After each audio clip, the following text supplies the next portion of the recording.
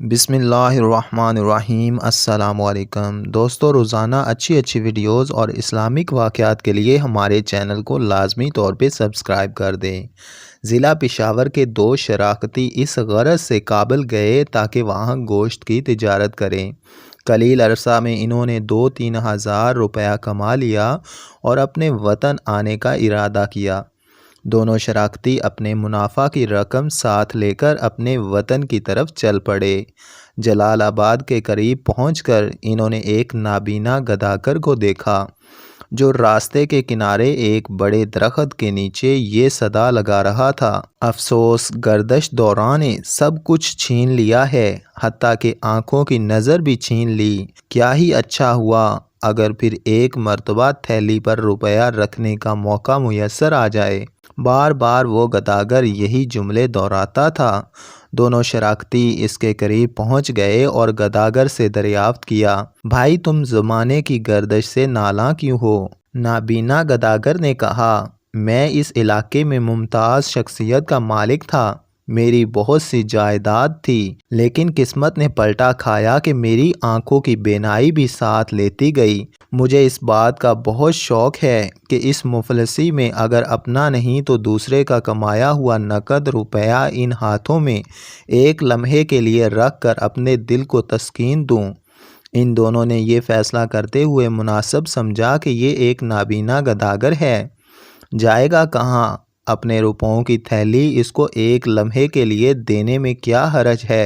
ایک نے روپوں کی وہ تھیلی گداگر کے ہاتھ میں دیتے ہوئے کہا: لو بھائی فقیر، اپنی تمنا پوری کر لو۔ گداگر تھیلی لیتے ہوئے ان کا شکریہ ادا کیا۔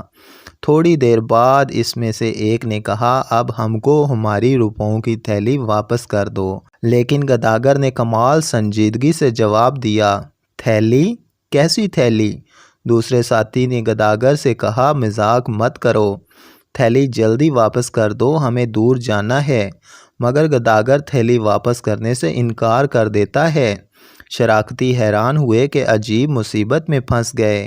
گداگر نے کہا: میں نے تمام عمر یہاں بیٹھے بیٹھے گزار دی ہے، پیسہ جمع کیا، تم کہاں سے بدبخت ڈاکو یہاں پہنچ گئے جو میری ساری عمر کی کمائی ایسی آسانی سے چھین لینا چاہتے ہو؟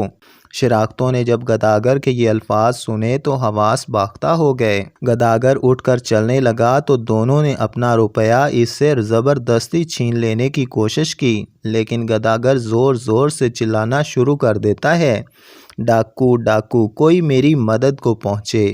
پاس ہی بستی تھی، وہاں کے لوگوں نے جائے وقوعہ پر پہنچ کر ان دو شراکتوں کو ڈاکو خیال کرتے ہوئے گرفتار کر لیا۔ دونوں نے ہر چند کوشش کی کہ وہ دیہاتی اس کی بات کا اعتبار کریں، لیکن بے سود بستی کے لوگوں نے یہ تجویز منظور کی کہ ان ڈاکوؤں کو بادشاہ کے دربار میں حاضر کریں اور ان کی گرفتاری کے صلہ میں انعام حاصل کریں۔ چنانچہ دونوں کو بما گداگر بادشاہ کے دربار میں حاضر کیا گیا۔ امیر عبد الرحمن عدالت کی کرسی پر متمکن تھے، درباری حاضر تھے۔ بادشاہ نے پہلے گداگر کا بیان سنا اور پھر ملزموں کی داستان مظلوم سنی، اور پھر حکم دیا کہ ایک کڑاہی لے آؤ اور اس میں پانی ڈال کر خوب گرم کرو۔ یہ سنتے ہی دونوں شراکتی بیچارے سہم گئے، اس دردناک طریقہ سے اپنی موت کا خیال کرنے لگے۔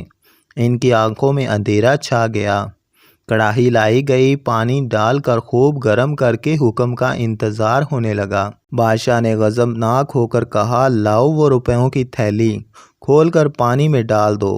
فوراً حکم کی تعمیل ہوئی۔ بادشاہ نے پھر کہا: کڑاہی سے سب دور ہٹ جاؤ۔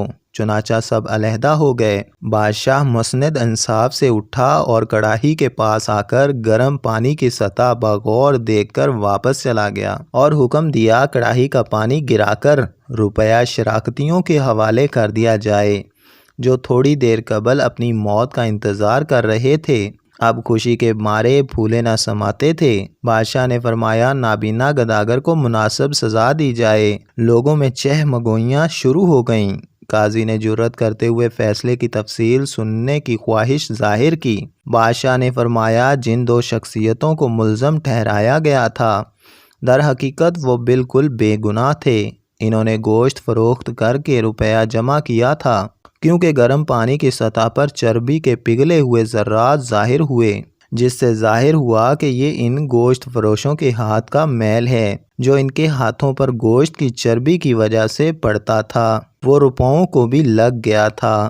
بادشاہ کے اس فیصلے سے حاضرین دربار بے حد خوش ہوئے۔